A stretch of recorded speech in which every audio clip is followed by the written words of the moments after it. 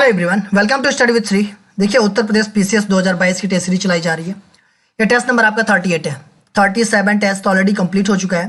Playlist बना रखी है, आप लोग जाकर के देख सकते हैं। देखिए, अगर आप किसी भी स्टेट पीसीएस की तैयारी कर रहे हैं, जैसे कि एमपीपीएससी, यूकेपीएससी, बीपीएससी, जेपीएससी या फिर सीजीपीएससी या किसी वनडे एग्जाम की तैयारी कर रहे हैं, तो आप लोगों के लिए टेस्ट काफ़ी फायदेमंद है। देखिए, उत्तर प्रदेश पीसीएस 2022 का नोटिफिकेशन आ चुका है। 16 तारीख से जो है कि आपका फॉर्म अप्लाई होने लगे हैं, 16 मार्च से। और ये इसका लास्ट डेट है आपका 16 अप्रैल तक फाइनल सबमिशन कर सकते हैं। लेकिन 12 अप्रैल तक आप क्या कर सकते हैं, पेमेंट कर सकते हैं। ठीक है। देखिए, 12 जून को जो है कि यूपी पीसीएस 2022 का प्री एग्जाम है। तो आप लोग जो है कि लगे रहिए, टेस्ट को जो है कि देखते रहिए और अपने दोस्तों को भी शेयर करते रहिए। तो स्टार्ट करते हैं। फर्स्ट क्वेश्चन है, किस देश में संयुक्त राष्ट्र पर्यावरण कार्यक्रम यूएनईपी का मुख्यालय स्थित है? केन्या में, युगांडा में, फ्रांस में, संयुक्त राज्य अमेरिका में। किस देश में जो है कि संयुक्त राष्ट्र पर्यावरण कार्यक्रम UNEP, United Nation Environment Programme का मुख्यालय स्थित है? तो देखिए, ये जो है कि आपका केन्या में है। केन्या में कहाँ पे है? तो नैरोबी में है। ठीक है। संयुक्त राष्ट्र पर्यावरण कार्यक्रम, ये जो है कि संयुक्त राष्ट्र की पर्यावरण संबंधी गतिविधियों का नियंत्रण करता है। और इसकी स्थापना कब हुआ था? तो 1972 में हुआ था। संयुक्त राष्ट्र मानव पर्यावरण सम्मेलन के परिणाम स्वरूप की गई थी। ठीक है। देखिए, इसके 6 देशों में अन्य क्षेत्रीय कार्यालय भी है। ठीक है, यूएनईपी का। कभी कभी क्वेश्चन आएगा, यहाँ पे केन्या नहीं दिया रहेगा, क्या दिया रहेगा? नैरोबी दिया रहेगा। तो इसको ये चीज़ें पता होना चाहिए कि केन्या में जो है कि नैरोबी में इसका मुख्यालय है। तो अगर नैरोबी आए तो नैरोबी आप कर दीजिएगा। तो ए ऑप्शन आपका सही हो जाएगा। किस वैज्ञानिक ने सर्वप्रथम पारिस्थितिकी शब्द का प्रयोग किया? एजी टेंसले, हैकल, टीए टेंसले, इनमें से कोई नहीं। कौन सा वैज्ञानिक था जिसने सबसे पहले पारिस्थितिकी शब्द का प्रयोग किया था? तो वो था कौन? अर्नस्ट हैकल। बी ऑप्शन आपका सही है। देखिए, पारिस्थिति के जनक भी इन्हीं को कहा जाता है। किसको? तो हैकल को पारिस्थिति के जनक और सर्वप्रथम जो है कि पारिस्थिति शब्द का प्रयोग किया था इन्होंने। देखिए, पारिस्थिति का क्या इनके हिसाब से डेफिनेशन है कि वातावरण और जीव समुदाय के पारस्परिक संबंधों के अध्ययन को हम पारिस्थितिकी कहते हैं। ठीक है। तो ये हो जाएगा आपका बी ऑप्शन। किस वर्ष पहली बार राष्ट्रीय वन नीति अपनाई गई थी? 1957 में, 1952 में, 1955 में, 1959 में। इस वर्ष जो है कि पहली बार राष्ट्रीय वन नीति अपनाई गई थी? तो ये अपनाई गई थी 1952 में। उत्तर प्रदेश में पर्यावरण निदेशालय का गठन किस वर्ष किया गया? 1982 में, 1962 में, 1976 में, 1984 में। देखिए, उत्तर प्रदेश में पर्यावरण निदेशालय का गठन जो है कि किस वर्ष किया गया? तो ये किया गया आपका 1976 में। सी ऑप्शन आपका सही है। देखिए, राज्य में पर्यावरण और उनके संरक्षण के लिए जो है कि पर्यावरण निदेशालय की स्थापना किया गया 1976 में। ठीक है। देखिए, लखनऊ में है इसका जो हेडक्वार्टर है, और इसका जो कि क्षेत्रीय कार्यालय जो है कि मेरठ और वाराणसी में भी है। भारत का जैव प्रौद्योगिकी नगर निम्न में से कौन सा है? प्रयागराज, कानपुर, लखनऊ, नई दिल्ली। भारत का जैव प्रौद्योगिकी नगर निम्नलिखित में से कौन सा है? तो ये है आपका लखनऊ। सी ऑप्शन आपका सही है। किस राज्य में सर्वाधिक राष्ट्रीय उद्यान स्थित है? मध्य प्रदेश, सिक्किम, हरियाणा, उत्तर प्रदेश। कौन सा राज्य है जिसमें सबसे ज्यादा जो है कि राष्ट्रीय उद्यान स्थित है? तो वो है आपका मध्य प्रदेश। ए ऑप्शन आपका सही है। देखिए, मध्य प्रदेश में कितने राष्ट्रीय उद्यान हैं ये हमें कमेंट बॉक्स में बताइएगा, क्योंकि भारत में जितने भी स्टेट हैं उसमें सबसे ज्यादा राष्ट्रीय उद्यान कहाँ पे है? तो वो है आपका मध्य प्रदेश में। तो आप लोग कमेंट बॉक्स में मुझे बताइएगा कि कितने हैं यहाँ पे। जनगणना 2011 के अनुसार भारत का जनसंख्या घनत्व कितना है? 382 व्यक्ति प्रति वर्ग किलोमीटर, 372 व्यक्ति प्रति वर्ग किलोमीटर, 363 व्यक्ति प्रति वर्ग किलोमीटर, 352 व्यक्ति प्रति वर्ग किलोमीटर। देखिए, जनगणना 2011 के अकॉर्डिंग पूछा जा रहा है कि भारत का जो जनसंख्या घनत्व है वो कितना है।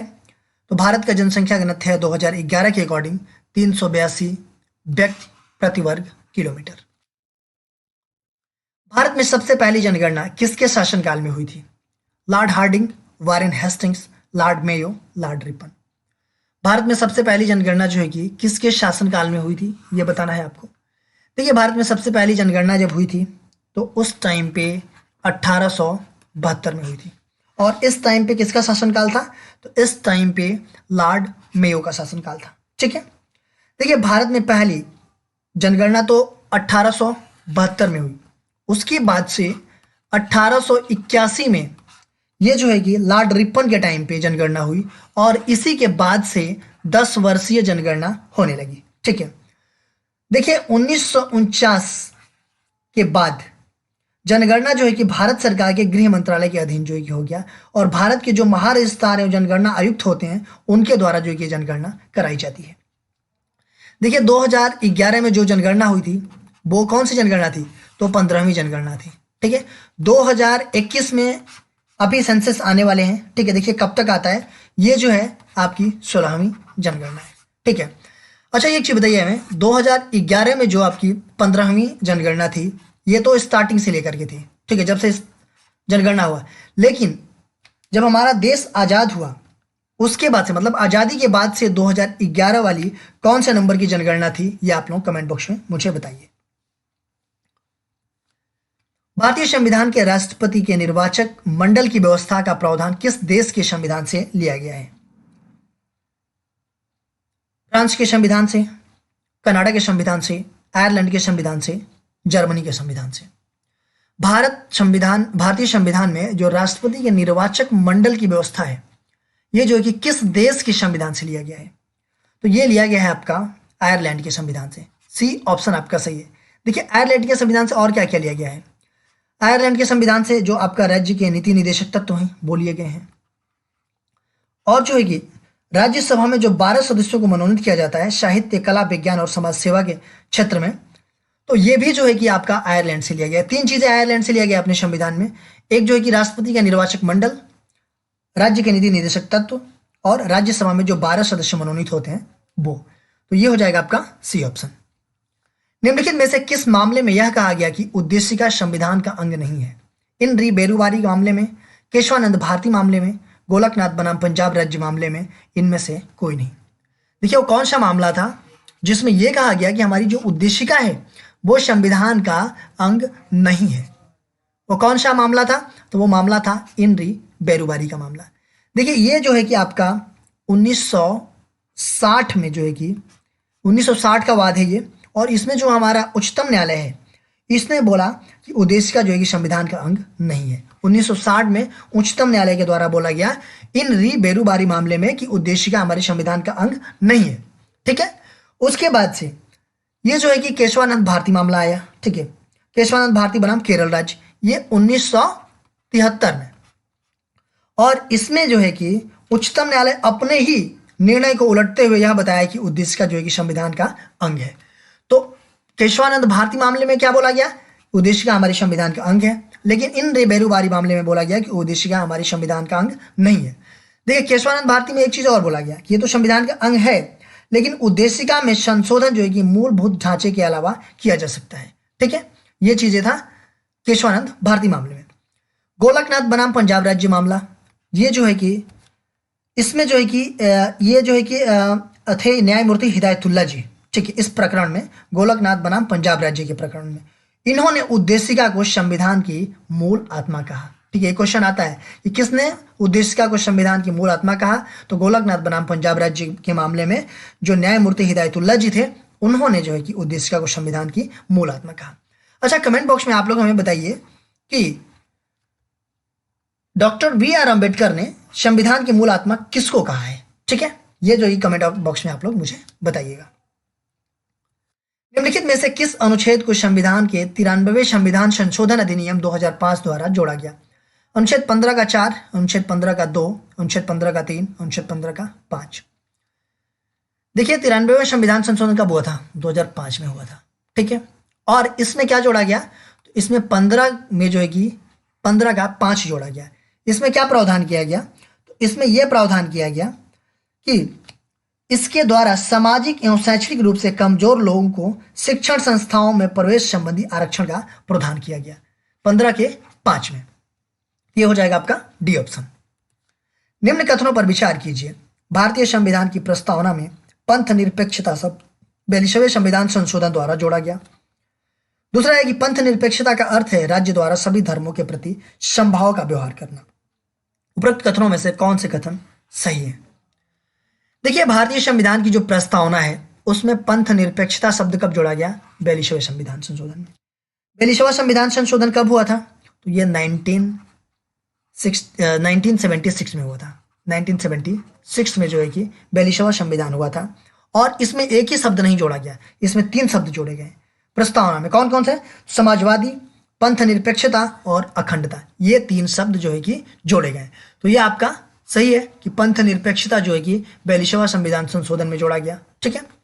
पंथ निरपेक्षता का अर्थ है राज्य द्वारा सभी धर्मों के प्रति समभाव का व्यवहार करना। देखिए, पंथ निरपेक्षता का क्या अर्थ है? तो इसका अर्थ है कि राज्य को किसी धर्म विशेष को राज्य धर्म की रूप में मान्यता प्राप्त नहीं है। राज्य को ऐसा कुछ नहीं है कि मतलब केवल पर्टिकुलर एक धर्म है राज्य का कि उसको ही मानेंगे। ये जो है कि सभी धर्मों के समान संरक्षण प्रदान किया गया है इसमें। ठीक है। तो ऐसा कुछ नहीं है कि एक ही धर्म है, सभी धर्मों का समान संरक्षण प्रदान किया गया है। तो ये भी आपका सही है। पहला भी सही है, दूसरा भी सही है। ये हो जाएगा आपका सी ऑप्शन। विधि आयोग का गठन किसके अंतर्गत किया गया? 1833 के चार्टर एक्ट द्वारा, 1813 के चार्टर एक्ट द्वारा, भारत सरकार अधिनियम 1919 द्वारा, भारत शासन अधिनियम 1935 के द्वारा। देखिए, विधि आयोग का गठन किसके अंतर्गत किया गया ये पूछा जा रहा है। कौन से एक्ट के अंतर्गत किया गया था? तो ये किया गया था 1833 के चार्टर एक्ट द्वारा। इसके द्वारा जो है कि 1834 ईस्वी में जो है कि लॉर्ड मैकाले की अध्यक्षता में 4 सदस्यीय विधि आयोग का गठन किया 1834 में। देखिए, 1833 चार्टर एक्ट के द्वारा एक और चीजें आती हैं कि बंगाल के जो गवर्नर जनरल थे उसको जो है कि भारत का गवर्नर जनरल बना दिया गया। तो क्वेश्चन आता है कि बंगाल के गवर्नर जनरल को भारत का गवर्नर जनरल बना दिया गया कौन से चार्टर एक्ट द्वारा? तो 1833 के चार्टर एक्ट द्वारा। निम्नलिखित में से कौन भारत के राष्ट्रपति की इच्छा तक ही पद पर बने रह सकते हैं? राज्यपाल, निर्वाचन आयुक्त, उच्चतम न्यायालय के न्यायाधीश, लोकसभा अध्यक्ष। निम्नलिखित में से कौन जो है कि भारत के राष्ट्रपति की इच्छा तक ही पद पर बने रह सकते हैं? तो वो है आपके राज्यपाल। देखिए, राज्यपाल जो है कि संविधान के अनुच्छेद 156 के तहत राष्ट्रपति के प्रसाद पर्यंत अपना पद धारण करते हैं। ठीक है। देखिए, राज्यपाल अधिकतम 5 वर्षों तक मतलब कार्यकाल इनका रहता है राज्यपाल का, लेकिन इस अवधि से पूर्व वह राष्ट्रपति को अपना त्याग पत्र दे करके पद से वो मुक्त हो सकते हैं। तो ये हो जाएगा आपका ए ऑप्शन। उत्तर पूर्वी परिषद का गठन कब किया गया? 1971 में, 1973 में, 1974 में, 1975 में। उत्तर पूर्वी परिषद ये जो है कि आपका NEC ये जो है कि 1971 का जो अधिनियम था, उत्तर पूर्वी परिषद अधिनियम 1971, इसके तहत यह गठित किया गया और यह एक वैधानिक सलाहकार निकाय है। तो यह हो जाएगा आपका ए ऑप्शन। भारतीय संविधान के निम्नलिखित में से किस अनुच्छेद के अंतर्गत विधानसभा को विधान परिषद का सृजन करने का प्रस्ताव पास करने की इजाजत मिलती है? अनुच्छेद 168, अनुच्छेद 169, अनुच्छेद 170, अनुच्छेद 171। देखिए, विधान परिषद का सृजन करने का प्रस्ताव पास करने की इजाजत किस अनुच्छेद के तहत मिलती है? तो ये मिलती है 169 अनुच्छेद के तहत। ठीक है। अच्छा, विधान परिषद यूपी में कितना है? यूपी में है आपका 100। अच्छा, एक चीज बताइए कि आज के डेट में विधान परिषद कितने राज्यों में है? वो कमेंट बॉक्स में मुझे बताइएगा और उन राज्यों का नाम भी बताइएगा। निम्नलिखित में से कौन सा चुनाव निर्वाचन आयोग द्वारा संपादित नहीं किया जाता? लोकसभा का, राज्यसभा का, राष्ट्रपति का, स्थानीय निकायों का। देखिए, निर्वाचन आयोग द्वारा, भारत के निर्वाचन आयोग द्वारा संपादित नहीं किया जाता। देखिए, लोकसभा का, राज्यसभा का, राष्ट्रपति का, ये सब भारत का निर्वाचन आयोग कराता है।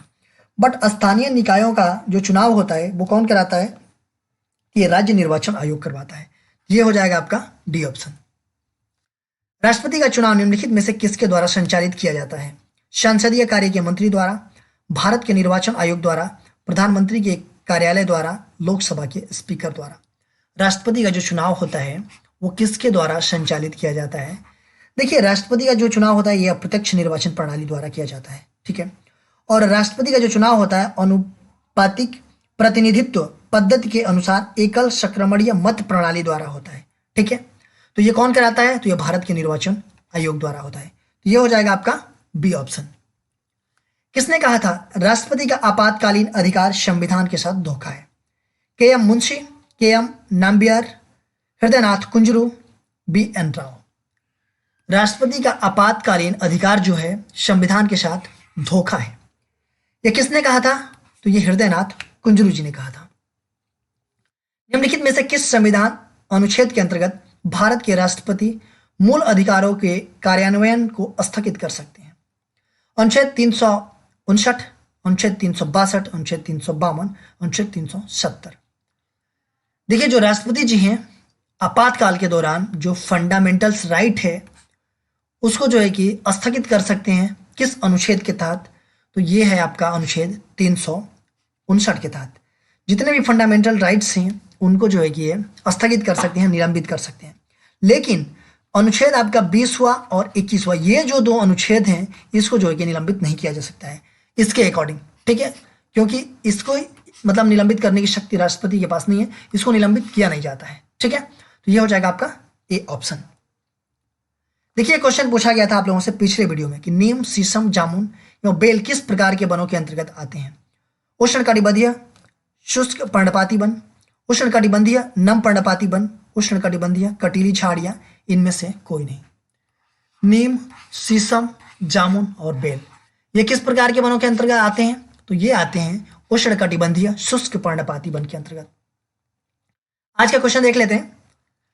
किस संविधान संशोधन अधिनियम द्वारा राष्ट्रीय अनुसूचित जाति एवं जनजाति आयोग को दो पृथक भागों में विभाजित किया गया?